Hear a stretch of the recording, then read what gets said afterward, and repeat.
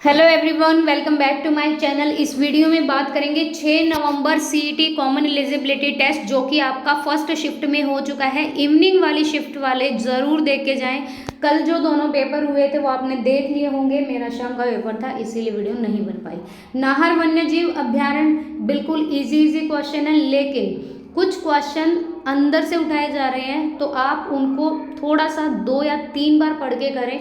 यकीन मानिए, हिंदी जो पूछी गई कल, थोड़ा सा अगर मैं बोलूं कि डीप से क्वेश्चन लिए गए, सीधे सीधे क्वेश्चन नहीं पूछे गए। हरियाणा लोक सेवा आयोग की स्थापना कब हुई? हरियाणा के प्रथम लोकायुक्त कौन थे, ये भी आपको बताना है।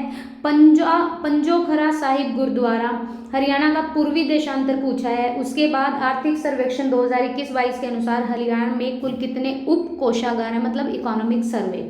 ये मैंने हरियाणा जॉब से लिया है भाई, ये वाला पेपर। हरियाणा में पंजीकृत अटल सेवा केंद्रों की संख्या। उसके बाद बजट से क्वेश्चन डेफिनेटली आ रहे हैं। कल वाले में पुलिस और शिक्षा का पूछा गया, आज कृषि का पूछा गया। हरियाणा की प्रति व्यक्ति वार्षिक आय कितनी है, ये भी पूछा गया। बेटी बचाओ बेटी पढ़ाओ का शुभारंभ ये किसने किया था? लाडली सामाजिक सुरक्षा भत्ता योजना से क्वेश्चन आए। यूनियनिस्ट पार्टी की पहुंच के विस्तार के लिए 1923 में फजल हुसैन के साथ मिलकर किसने? ये छोटू राम आएगा, बहुत ईजी सा क्वेश्चन है। फिर एक पुस्तक भी पूछी जा रही है। फिर यहाँ पर प्रचलित खोड़िया जो नृत्य होता है वो किस अवसर पर होता है? ये विवाह के अवसर पर होता है। और जिला सुराही, पतली गर्दन वाला घड़ा, किस चीज़ के लिए? ये जो आपके पानी भरते हैं ना गर्मियों में, वो वाली चीज़ है। पर्यटकों का आकर्षण क्षेत्र ये कहाँ पर है? इजी ही है। राजीव गांधी अक्षय ऊर्जा पार्क कहाँ पे है? हरियाणा में। अरावली की पहाड़ियों का सबसे ऊंचा क्षेत्र कौन सा है? ये करहो की चोटी है। हरियाणा का कुल भूमि का कितना प्रतिशत कृषि के अंतर्गत आता है? फिर हरियाणा राज्य के पहले अनाज एटीएम की स्थापना कहाँ हुई? हरियाणा के किस नृत्य को हरियाणवी गिद्दा कहा जाता है? उसके बाद हरियाणा हरिकेन से ये कपिल देव है। निर्मल गुलिया का संबंध किससे है?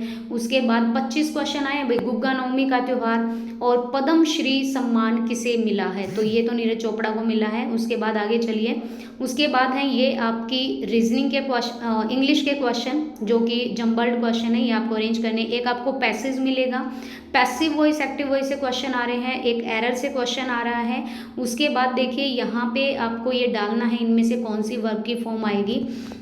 फिर उसके बाद यहाँ पे आगे चलते हैं, तो ये आपका ये भी वर्ब भी लगा के चलो कि यहाँ पे एरर दिया है और करेक्टली कौन सी स्पेलिंग है। यहाँ पे प्रिविलेज गलत लिखा है और नॉइसेंस भी गलत है। फेमिलियर यहाँ पे करेक्ट है, यूजुअली भी यहाँ पे गलत है। A little learning is a dangerous thing, dangerous का यहाँ पे आपको इंटोनियम बताना है, ठीक है। तो डेंजरस खतरनाक होता है। डेविलिश भी उसी की जगह आ जाएगा। प्लेन कोई स्मूथ और प्लेन एक ही कैटेगरी में आते हैं, तो देख लीजिएगा यहाँ पे। और फिर यहाँ पे प्रपोजिशन पूछी गई है। उसके बाद यहाँ पे आपको सिनोनियम पूछा गया है लॉन्ग का। और फिर यहाँ पे देखो, despite losing a lot of money in the stock market Suresh remained unfazed. Unfazed मतलब सुरेश कैसा रहा?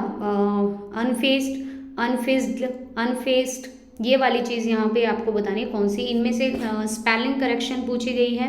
फिर आपसे एक और 2 आ गए यहाँ पे स्पेल्ड वर्ड के, ठीक है। तो अच्छा है आपके लिए। ये आपके लिए क्या बोला गया है कि भाई नरेशन इजी आई है।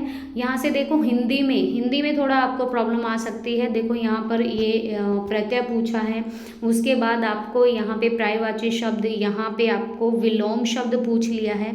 मेरे माता पिता डैश में रहते हैं। नगर का जो विलोम होगा उल्टा, तो गांव होगा, उल्टा ही पूछा है। उसके बाद ये वर्तनी आई है, कौन सी सही है? स्त्रीलिंग कौन सा है? संधि कौन सी है? यहाँ पर समस्त पद का उचित विग्रह क्या है? भरसक, ठीक है। सिपाही ने चोर को पकड़ा, इसका साधारण वाक्य किस प्रकार का है?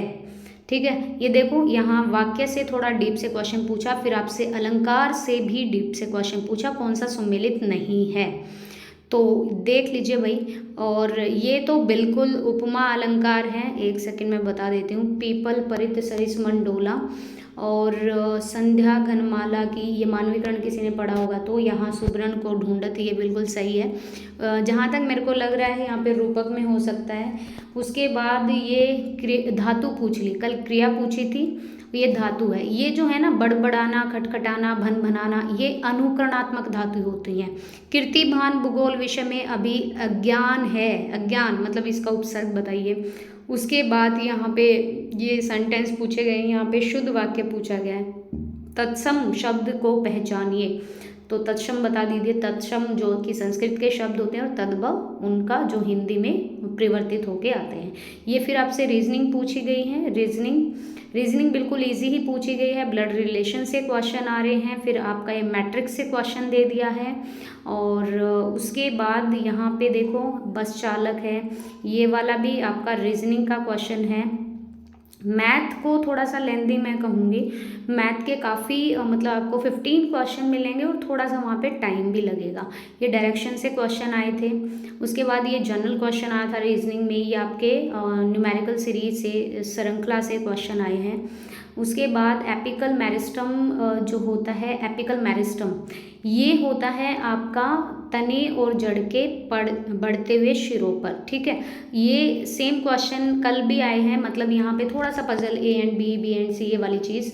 उसके बाद एवरेज से क्वेश्चन आए हैं। ओजोन दिवस 2022 की थीम क्या है, ये वाली चीज़ आई है। HTTPS ये जो कंप्यूटर से है, हाइपर टेक्स्ट ट्रांसफ़र प्रोटोकॉल, ये वाली चीज़ पूछी है। उसके बाद यहाँ से आपसे GK से क्वेश्चन आए हैं। और महिलाओं को मतदान देने का अधिकार देने वाला अंतिम देश, तो ये सऊदी अरब है।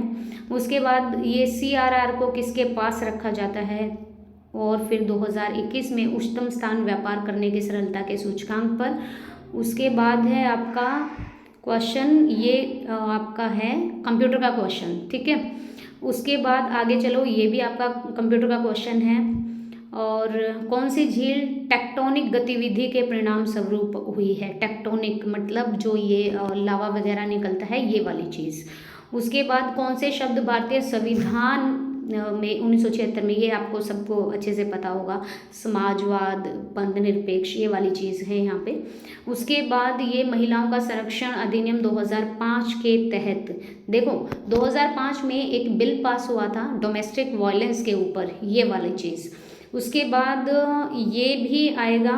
और यह अधिनियम आर्थिक शोषण को, यस आर्थिक शोषण को, एक सेकंड आप सिर्फ ये करके आइएगा, ठीक है, मतलब यही होगा इसका आंसर। ये 8th क्लास में आपको मिलेगा, अंडरस्टैंडिंग लॉज में डोमेस्टिक वायलेंस। संघाई सहयोग संगठन सदस्य राज्यों के बीच 20वीं बैठक कहाँ हुई थी, संघाई संगठन की, ताशकंद में। उसके बाद ये आ गए हैं आपके मैथ के क्वेश्चन। मैथ में आपको profit loss, simple interest, time and work, उसके बाद मैंसुरेशन से अच्छा ही आया है क्वेश्चन। उसके बाद ये आपके मोड वाले क्वेश्चन हैं। फिर ये है कि इतने से गुना कर दिया तो इतना हुआ। फिर आपके नेचुरल नंबर से क्वेश्चन है। फिर आपके ये डायरेक्टली प्रोपोर्शनल से क्वेश्चन है। उसके बाद रेशियो प्रोपोर्शन का क्वेश्चन है। उसके बाद स्पीड, टाइम एंड डिस्टेंस का है। और ये कल भी आया था भाई, ये आपका क्या कहते हैं, टाइम एंड वर्क लगा लो, जो काम करने की क्षमता होती है वो वाली चीज़। ये प्रॉफिट लॉस से क्वेश्चन है। ये बचत वाले तो डिस्काउंट वाले बोल सकते हो आप। ये फिर से नेचुरल नंबर वाला क्वेश्चन है। ये आपके अलजेब्रिक कह लो या फिर एडवांस मैथ के क्वेश्चन है।